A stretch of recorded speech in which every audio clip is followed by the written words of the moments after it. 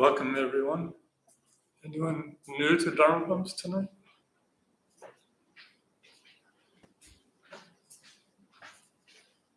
How did you find Dharma Bumps? I've been practicing at the Zen Center in PV for a number of years, and Oh. sometimes the Dharma Bumps would come and work practice with us. Yeah, So that's how I found out about it. great.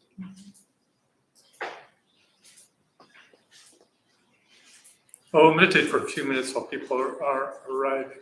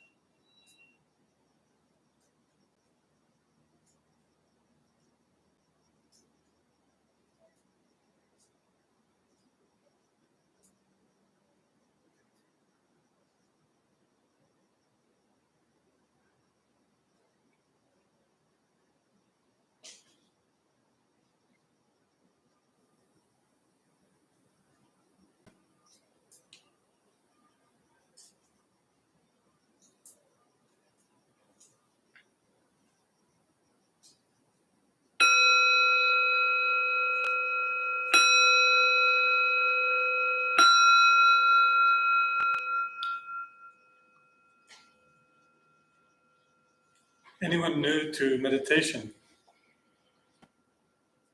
Everyone's meditating. And all I have to do is hit the bell.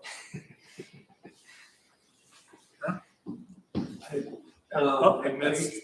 I've done it, but with keeping your eyes open, or not, do you guys, does it matter how you? Do we keep one eye open, one eye closed?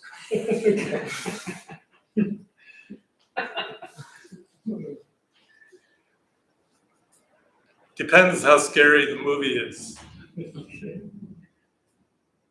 it's a really scary movie, close your eyes. If it's crossing the street, then it's good to have eyes open.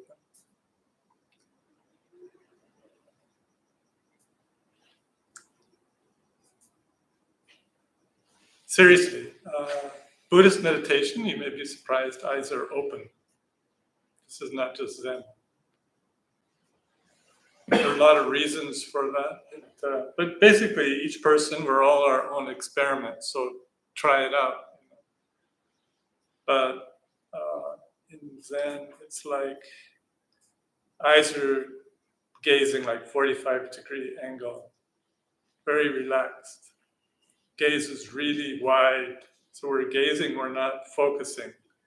We're pretty much almost entirely, almost unconsciously addicted to hyper-focusing with our eyes all day long.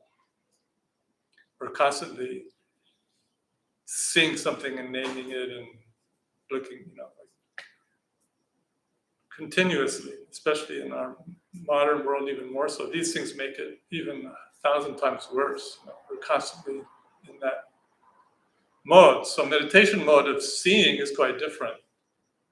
So we're this really wide gaze. If one were to hold one's hands out and move one's fingers, you would see your fingers moving without trying to look at them. So it's otherwise most of the time our focus is about like that. So we're trying just very relaxed gazing. Try it, maybe it's helpful. Some people might say, well, what difference is it? Check it out. I don't know. Let's see what happens.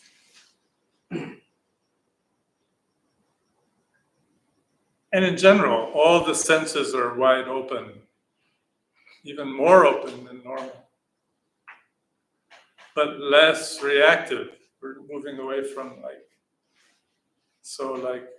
during this short little meditation we just had the car alarm was going off, right? So in the normal space, we would be going like, oh, the car alarm is going off. It's really an annoying sound, blah, blah, blah. All this chatter. We're sitting, it's just the sound. Just the sound is happening over. Just being totally present. Completely present with sound, feeling, sights, smells, tastes, thoughts, feelings, everything's happening. But we're not jumping in and creating a big party anymore. We're just letting it happen and then it disappears. Happens again, goes, happens, goes.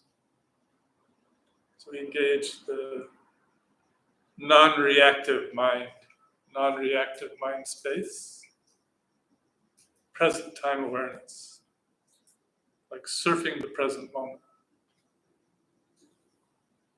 Easy, right? Everyone's supposed to laugh. Simple, not easy. Simple is not so easy.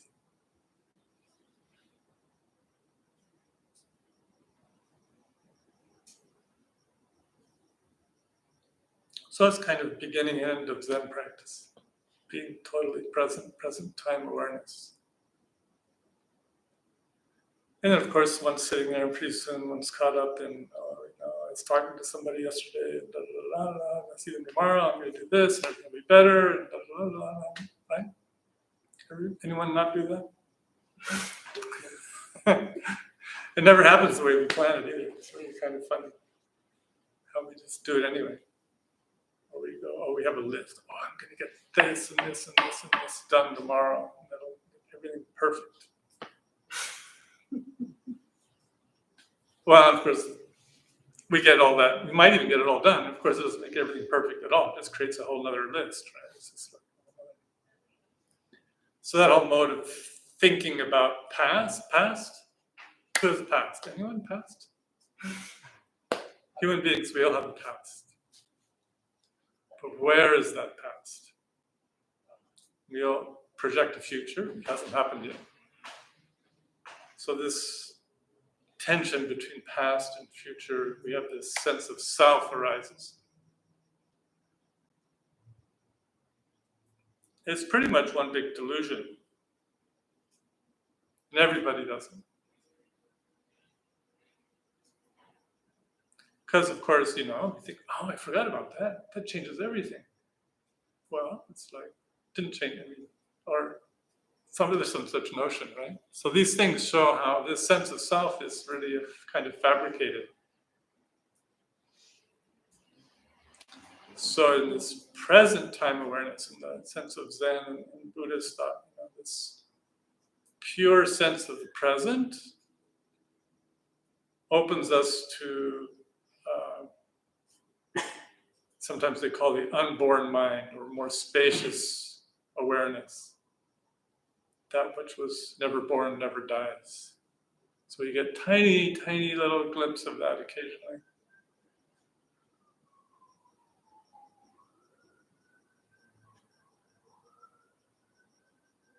Breathing, everyone? Anyone know how to breathe?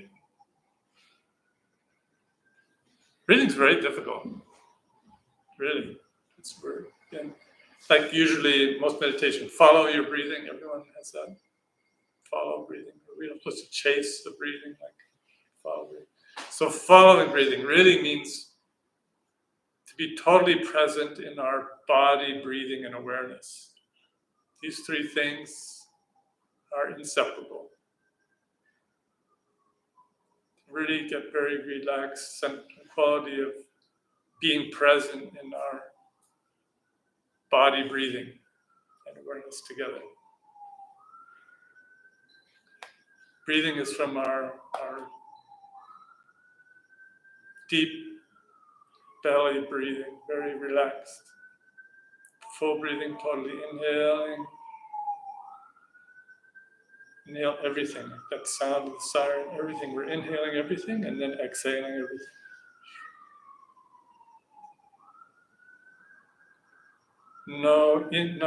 Nothing inhibited. Totally allowing in. It's not, sometimes people get, oh, that siren came by, spoiled my meditation. That's so peaceful before that, blah, blah, blah, blah, blah. That wasn't meditation anyway. That was just some kind of isolated hiding somewhere. So fully open to what comes and then allowing us to pass through in a sense, or be one with it.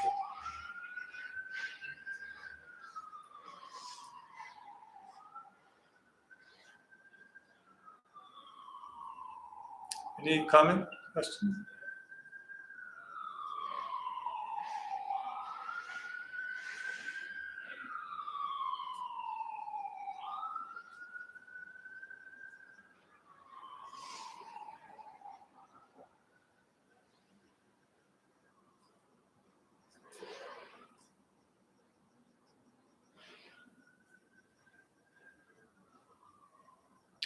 Posture in general, sitting on the cushion is good.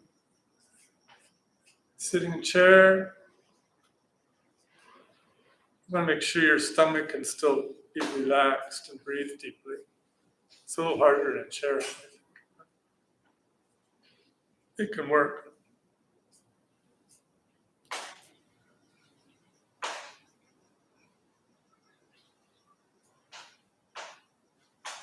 And then, of course, the whole point is like, okay, we meditate, meditation time. To carry this into our daily activities, I often suggest during the day, even short 2-3 minute meditations are really helpful. If one doesn't have time in the morning to sit for half an hour, just 3 minutes. Then repeat again, maybe a few times during the day.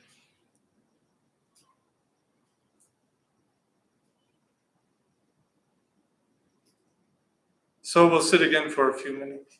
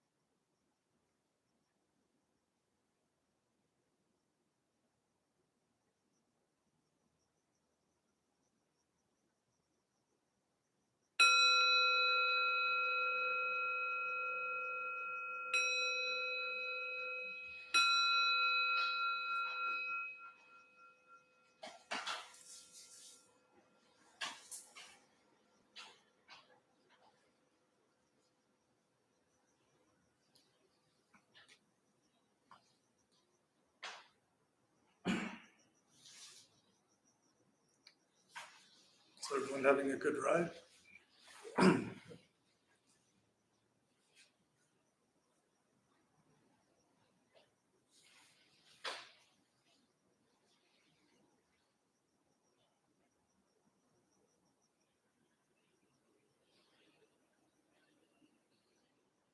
Who's reading any books?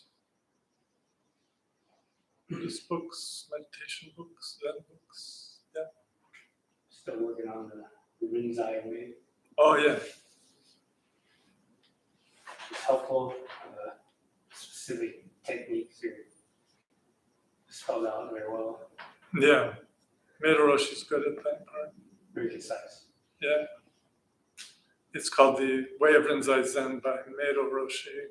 He's an American teacher in Wisconsin. A newer book. There's so many things to read. Anyone read Zen Mind, Beginner's Mind? It's a classic book. I was reading it this morning. Yeah. I just keep it on my table and I read it Yeah, that's a good place. periodically. Yeah. Helpful. Zen Mind, Beginner's Mind by Suzuki Roshi, published first in around 1970. He's the founder of San Francisco Zen Center. They have, you can look online, they have, you have to get used to listening to his English, but they have audio tapes of his talks from that earlier time now. They're really, really good, but you have to be really attentive. It's really quite one has to kind of sit and meditate. He's very funny too. And that's what the writings in Zen Mind, Beginner's Mind came out of talks like that. And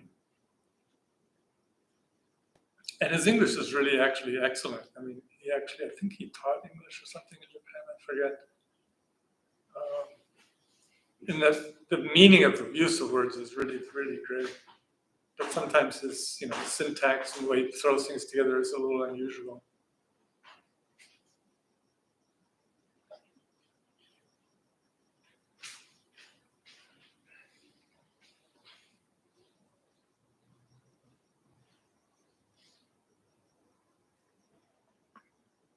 Any questions, anything at all?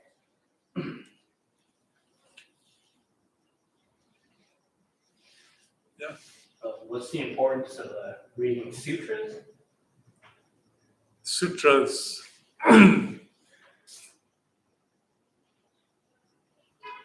So sutras in Mahayana Buddhism are taken to be the words of the Buddha.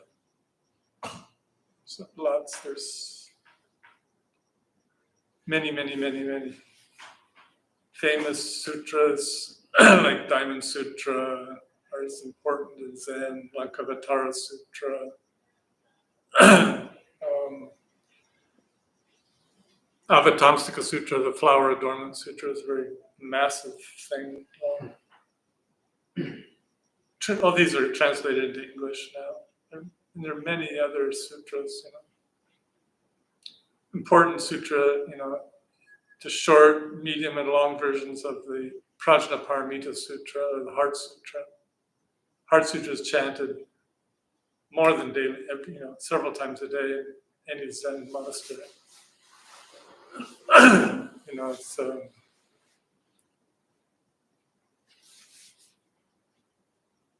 a very succinct view of the nature of things. Form is emptiness, emptiness is form, form is no other than emptiness. What?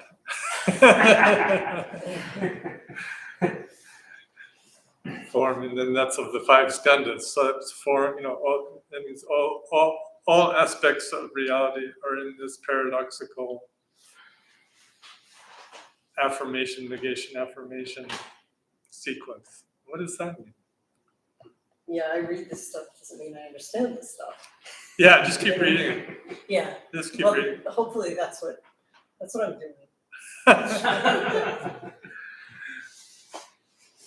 Chanted. There's a Zen monk in Japan who's been doing musical chanting versions of the Heart Sutra. You can find it on YouTube really easily. Just type in Zen Monk Japan Heart Sutra. Some of them are it's kind of fun. His rock versions. He's a musician, but he's a monk. He's a real Rinzai Zen monk, and that's quite good. And he's even done concerts, and you see a lot of older people in Japan, then we'll start chanting the Heart Sutra with him. It's really kind of cute. I'm sitting there in Japanese. Danji Zaibo Saga, like that. And of course, it's the same thing, formless emptiness, emptiness, form, formless, no other emptiness. It's like, what?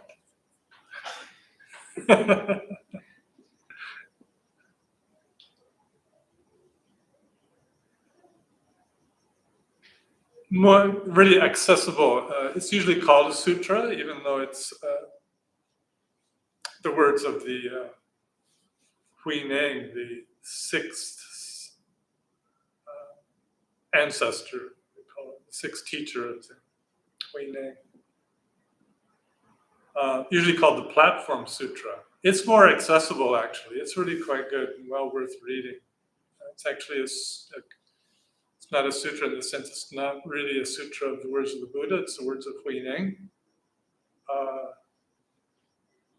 It's well worth reading, definitely. And a little more accessible. Some of the sutras are really very difficult.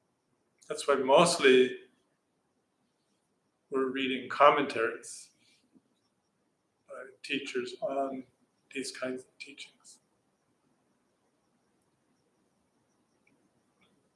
You can also find on YouTube Tibetan teacher Zangsar Rinpoche. He gives good talks on a lot of different things. There was one good talk he gave on the sutras, how to approach study of the sutra. And one of the main things he said is, don't worry about trying to understand it. He says, as he says, he grew up from childhood, as a reincarnated Lama, and his father is a famous Lama. He grew up from age, studying all these things from age 7. And he says he still doesn't understand them, so don't worry about it. He says just read them. He says you might get a little tiny piece of understanding. He says that's enough. It's more important to. And it also, it was a really nice thing he said.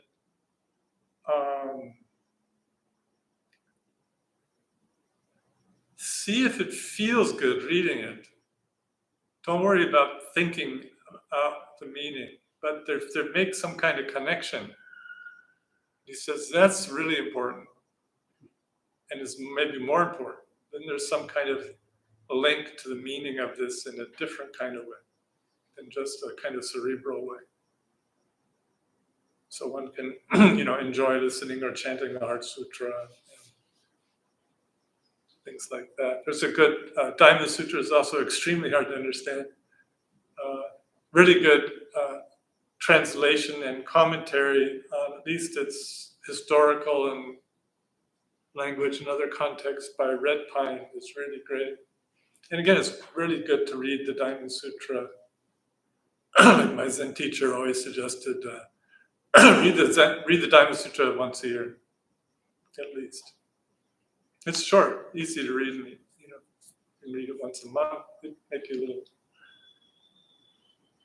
Again, very paradoxical. It's like Diamond Sutra has things like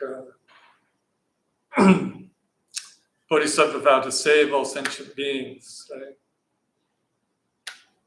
Bodhisattva vows in Mahayana Buddhism. Diamond Sutra says to Subhuti, oh Subhuti, saving all sentient beings is realizing that there are no sentient beings to be saved.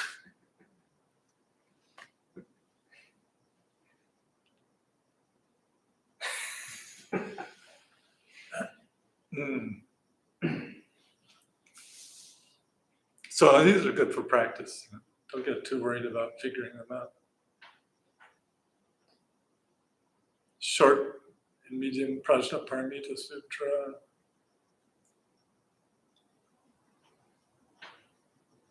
Diamond Sutra. Again, Sutra of Huineng, not really a sutra, but a little more accessible.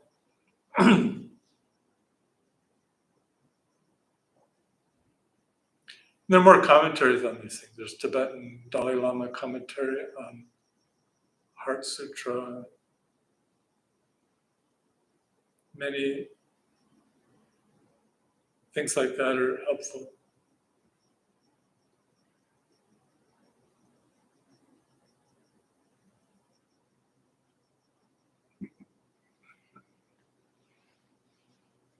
And again, just listening and chanting the Heart Sutra. And then they always worry like, oh, no, you have to chant in English. No, don't chant in English. English is a terrible language to chant in. It's my... No. I mean, you have to realize in Japan for these 1,000 years, chanting the Heart Sutra, it's not in Japanese. It's in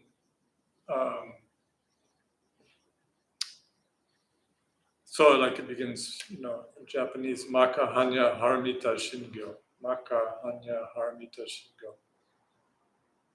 Well, the Sanskrit is Maha Prajna Paramita Hridaya Sutra. So it's phonetic, Chinese phonetic Sanskrit with this more Japanese phonetic to it. So they don't know what it means either in terms of actually chanting. So it's okay to chant something it's actually better to chant something we don't understand. We don't need that part of our head wrapped up in meaning when we're chanting. Later on, you can sit down and study it, that's good. But when chanting, just chant the Sino-Japanese, or if you really want to get into it, chant Sanskrit.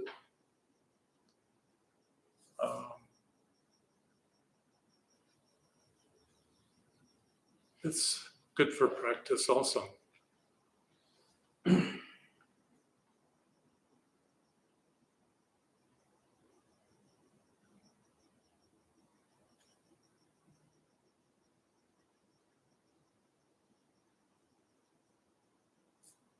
Any questions on meditation again? We'll sit for a little bit.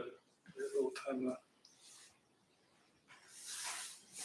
Anyone finished a great novel in the first sitting?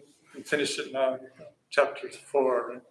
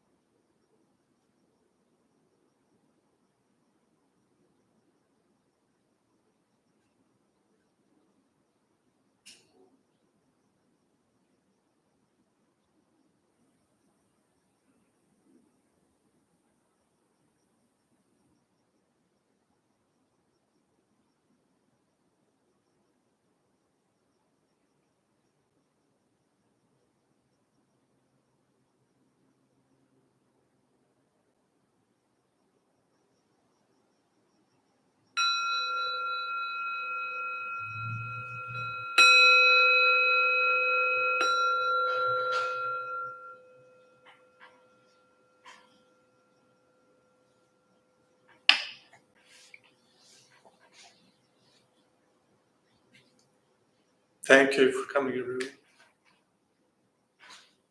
The key announcement, 1 minute, Yeah. 30 seconds.